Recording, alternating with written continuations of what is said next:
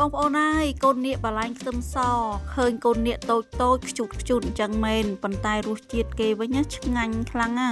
ក្លិនឡើងឈ្ងុយស្រួយស្រាប់តែម្ដងបើរបៀបចម្អិនងាយហើយសាមញ្ញទៀតចង់ដឹងគេធ្វើមិនអត់បងប្អូនតោះទៅមើលពីការចម្អិនរបស់ខ្ញុំទាំងអស់គ្នាសម្រាប់វីដេអូថ្ងៃនេះក៏សូមអរគុណដល់ប្រេងសុខភាព Healthy Chef ផងដែរដែលបានឧបត្ថម្ភសម្រាប់វីដេអូរបស់ខ្ញុំប្រេងសុខភាព Healthy Chef ផ្ទុកទៅដោយប្រូតេអ៊ីនខ្ពស់ជំនួយដល់សុខភាពបេះដូងបងប្អូនអាចប្រើប្រាស់ប្រចាំថ្ងៃបានចឹងបងប្អូនកុំឲ្យចាំយូរយើងទៅចម្អិនជាមួយនឹងខ្ញុំហើយសម្រាប់គ្រឿងផ្សំទាំងនេះបងប្អូនអាចរកទិញបាននៅផ្សារជីបម៉ុង Supermarket បានផងដែរយើងមានបង្កងប៉ាបងប្អូនខ្លះអាចហៅបកាំងអញ្ចឹងណាលាងទឹកឲ្យស្អាតបងប្អូនហើយយើងមកកាត់គៀននេះសិនមកយើងកាត់បែបនេះគឺដល់ពេលដែលឆ្អិនយើងងាយស្រួលនៅក្នុងការបកសម្បកចេញណាយើងកាត់គៀនអញ្ចឹងមកបងប្អូននេះយើងដាក់ម្លាយសិនមករួចហើយបងប្អូនយើងកាត់គៀនរួចហើយឥឡូវនេះយើងចាប់ផ្ដើមមកប្រឡាក់គ្រឿងយើងដាក់ម្សៅស៊ុបតិចមកហើយយើងដាក់ពងមកក្រប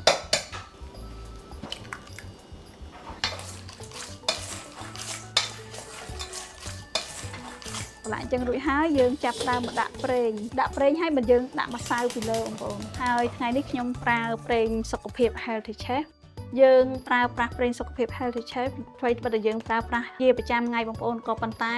អត់ប៉ះពាល់ដល់សុខភាពទេចំពោះមួយមុខនេះយើងប្រើប្រេងរាងច្រើនដែរបងប្អូនដោយសារមុខម្ហូបបំពងអញ្ចឹងហើយយើងដាក់ប្រេងរាងច្រើនដែរ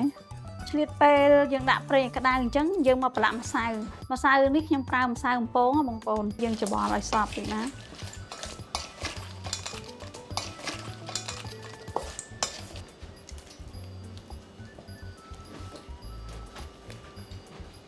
ឥឡូវប្រេងក្តៅបងប្អូនអញ្ចឹងចាប់ដើមដាក់ចូលមក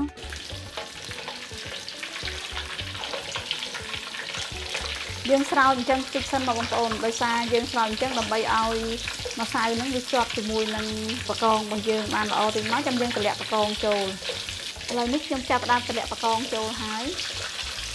មួយមុខនេះនៅពេលដែលបំពងយើងឆាប់ឆ្អិនបងប្អូនអញ្ចឹងយើងប្រើភ្លើងក្តៅដែរអញ្ចឹងហើយយើងអាសាមើលបន្តិចវិសាលឿន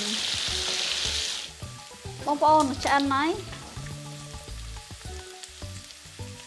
យើងបំពងឲ្យឡើងស្រួយល្អអញ្ចឹងមកហើយយើងទុកម្លាយសិនមក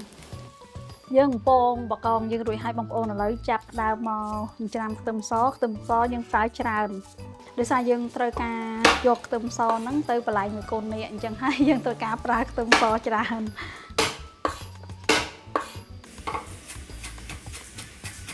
សម្រាប់បងប្អូនដែលបានទស្សនាเพจញ៉ាំយូរហើយអត់ទាន់បាន like follow page ញ៉ាំទេបងប្អូនកុំភ្លេចជួយ like follow page ញ៉ាំអ្នកមួយផងណាឥឡូវយើងចាប់ផ្ដើមមកបំពងខ្ទឹមសខ្ញុំប្រើប្រេងសុខភាព Healthy Chef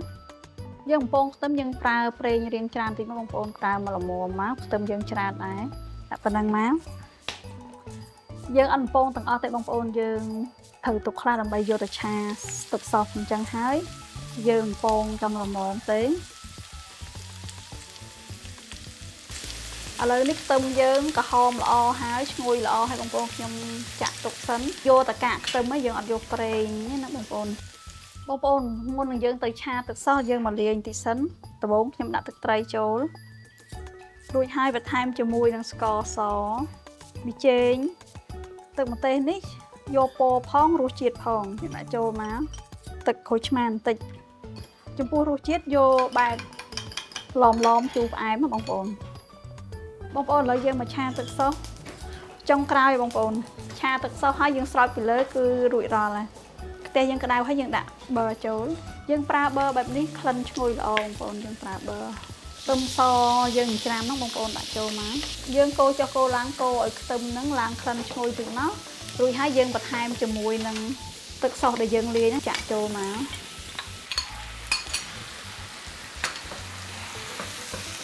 ចុងក្រោយយើងដាក់ខ្ទឹមលីងរបស់យើងហ្នឹងចូលមកបងប្អូនឥឡូវនេះរួចរាល់ហើយយើងដាក់ចូលហើយយើងកូរឲ្យតែសព្វប៉ុណ្ណឹងមកយើងបិទភ្លើងបានហើយរួចរាល់បងប្អូនតំណងមែនទែន